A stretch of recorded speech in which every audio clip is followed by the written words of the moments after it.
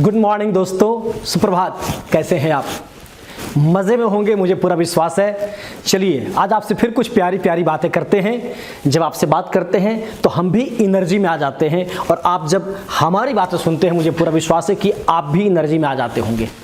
जो बच्चे हैं, जो स्टूडेंट हैं, जो हार्ड वर्क कर रहे हैं, उनके दिमाग में कभी कभी ये आता है कि मेरा तो ब्रेन थोड़ा स्लो है, मैं थोड़ा कम सोच पाता हूं, मैं उतना फास्ट नहीं हूं। तो आप हमेशा याद रखें कि कहा जाता है 1% inspiration and 99% perspiration. That means what?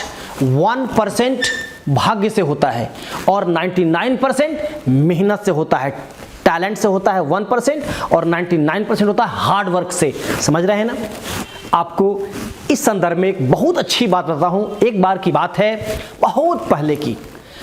एक आश्रम में एक विद्यार्थी पढ़ा करता था, एक लड़का पढ़ा करता था, और बेचारा मेहनत करता था मगर बहुत अच्छा नहीं कर पाता था। पहला क्लास पास किया, दूसरा पास किया, तीसरा पास किया, ऐसे ऐसे चौथा पांचवा जाते रहा, लेकिन वो काफ़ी वीक था। टीचर भी उससे परेशान थे, समझा समझा कर वो समझ नहीं पाता था।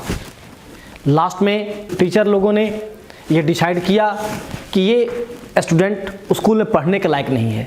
उसे स्कूल से निकाल दिया गया और कह दिया गया अब तुम जाकर अपने घर में पढ़ाई करो, तुम आश्रम के लायक नहीं हो।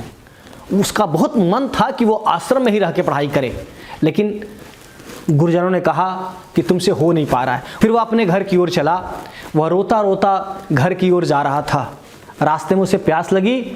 वो कहीं कुआं इधर उधर देखने लगा कि इधर कुआं है, तो सामने एक कुआं दिखाई दिया जहां पर कुछ महिलाएं, कुछ स्त्रियां पानी भर रही थी।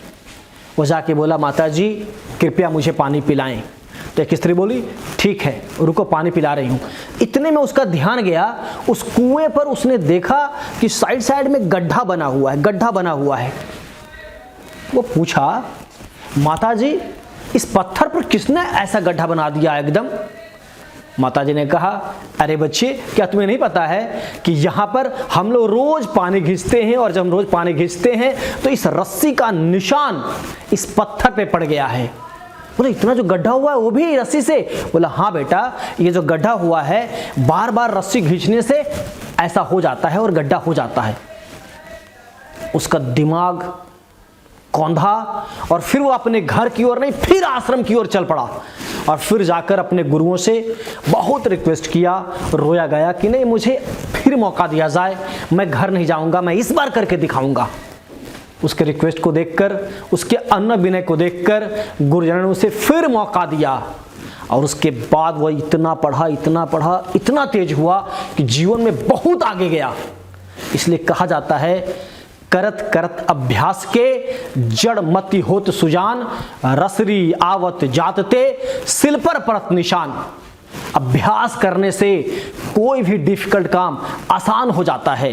जिस तरह से बार बार रस्सी के आने जाने से सिल यानी कि पत्थर पर निशान पड़ गया, यही बात उस बच्चे के लिए प्रेरणा स्रोत हुई, और आपके लिए भी। अगर आपको लगता है आप अपने किसी काम में सफल नहीं हो रहे हैं, बच्चों यदि आपको लगता है कि आप पढ़ाई में सफल नहीं हो रहे हैं, आपका मैथ्स वीक है, आपका रीजनिंग वीक है, आपका केमिस्ट्री वीक है, आपका साइंस वीक है, आपका जीके वीक है, तो घबराने की बात नहीं है। बार बार बार बार कोशिश कीजिए, और मुझे पूरा विश्वास है कि आप जरूर सफल होंगे, क्योंकि टैलेंट से ही कुछ नहीं होता है, मेहनत से होता है। मैंने आपसे पहले ही कहा कि 1% टैलेंट एंड 99% हार्ड वर्क। आपको बहुत बहुत शुभकामनाएं। आप जीवन में आगे जाएं, आगे बढ़ें। Thank you. फिर मिलते हैं आपसे एक नए वीडियो में, नई कहानी के साथ, नई बातचीत के साथ। तब तक के लिए धन्यवाद। Thank you.